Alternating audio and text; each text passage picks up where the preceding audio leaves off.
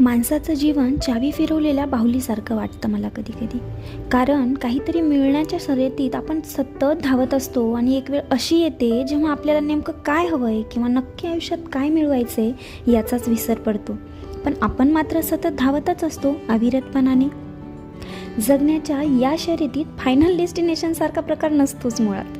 पण या सगळ्या धावपळीत विश्रांतीचे छोटे थांबे निर्माणही करता यायला हवेत. आजवर स्वतःला जरी कमी वाटत असेल तरी जेवढे मिळवले त्यावर समाधानाने स्वतःची पाठही थोपटता यायला हवी.